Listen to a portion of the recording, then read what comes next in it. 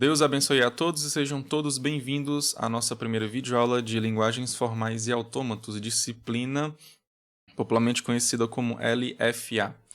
Então vamos para a nossa revisão de noções matemáticas. A primeira definição que a gente vai ver é de conjunto, que é um conjunto, é um grupo de objetos que podem ser vistos como uma unidade. Tá? E esses objetos têm um nome que são os nossos elementos que geralmente a gente chama, né? Não de objetos, mas sim de elementos. Por exemplo, conjunto 7, 25 e 57. Essa descrição é importante. Então, abre chave, você vai colocar os elementos separados por vírgula, depois fecha chave. Então, para representar que um certo elemento ele pertence a um certo conjunto, a gente usa o símbolo de pertence, que é esse ezinho aqui. Então, 7 pertence a esse conjunto aqui. Claro, para os elementos que não pertencem, a gente usa o E cortado, que significa não pertence. Então, 8 não pertence a esse conjunto. Quando a gente quer comparar dois conjuntos, a gente usa o está contido, né? Então, o 7, aqui, o conjunto que só tem apenas o 7, ele está contido nesse conjunto aqui, que tem o 7, o 25 e o 57. É importante notar que aqui em cima, quando eu só coloco o 7 sozinho, eu estou me referindo a um elemento. E quando eu boto o 7 aqui entre chaves, eu estou me referindo a um conjunto unitário que só tem um 7. Então é diferente. Então, 7, eu uso o símbolo de pertence e o conjunto que só tem um 7 eu vou utilizar o está contido. Então, o pertence é para elementos e o está contido é para conjunto. Claro, tem o não está contido.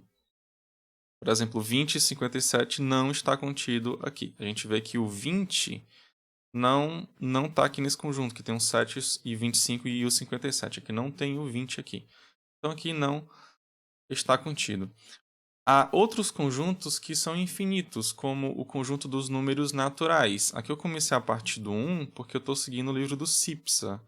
Mas existem alguns autores que consideram que o 0 também pertence ao conjunto dos números naturais. Existem outros conjuntos como os inteiros, como os reais e tem vários outros que a gente conhece. Uma coisa muito importante é que a ordem de descrição e repetição de elementos elas não importam aqui nos conjuntos, tá? Por exemplo, se você tem o 7, o 25 e o 57, eu vou trocar a ordem do 25 com o 7. Aí vem o 25 primeiro, depois o 7, depois o 57. Eu estou com o mesmo conjunto, tá? Porque não importa. E a repetição de elementos também. Eu vou repetir o elemento 7, por exemplo. Então fica 7, 7, 25, 57. É o mesmo conjunto com 3 elementos.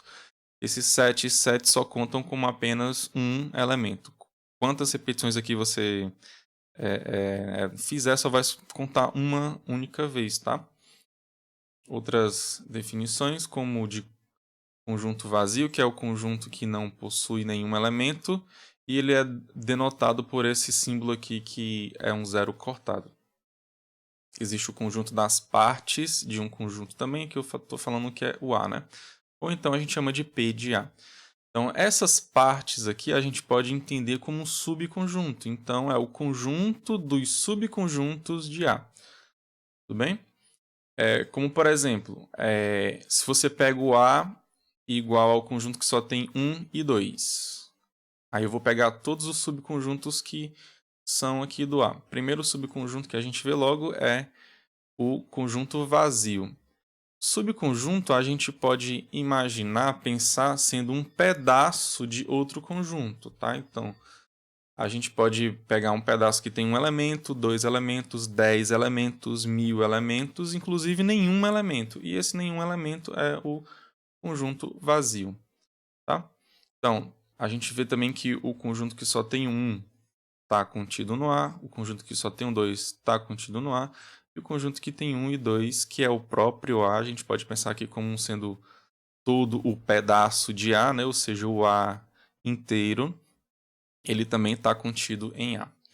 Então, aqui a gente finaliza o nosso conjunto das partes de A com o conjunto vazio, o conjunto unitário que tem 1, conjunto unitário que tem o 2 e o conjunto que tem 1 e 2. A gente descreveu o A aqui dessa forma, não foi?